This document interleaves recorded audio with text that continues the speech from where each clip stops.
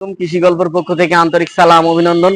আমি আপনাদের মাঝে আবারও নিয়ে চলে আসলাম থাই লটকন। এই যে দেখতে পাচ্ছেন আপনার এটা বাইরের লটকন, এই দেখেন এটাও কিন্তু হচ্ছে আপনারা আমার কাছ থেকে পেয়ে যাচ্ছেন। এই গাছগুলো কিন্তু অল্প দিনের ভিতরে হচ্ছে এই গাছগুলো ফল চলে আসবে। এগুলো হচ্ছে আপনার খাটো জাতের হচ্ছে লটকন, এগুলো প্রচুর পরিমাণ হয়ে থাকে এই লটকন গুলা।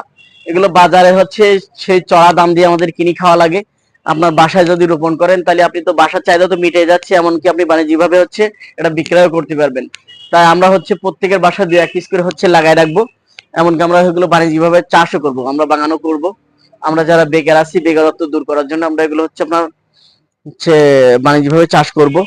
এই যে দেখতে পাচ্ছেন।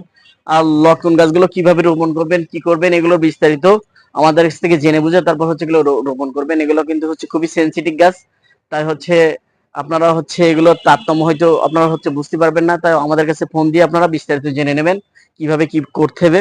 আর আমার ভিডিওটা বেশি বেশি পরিমাণে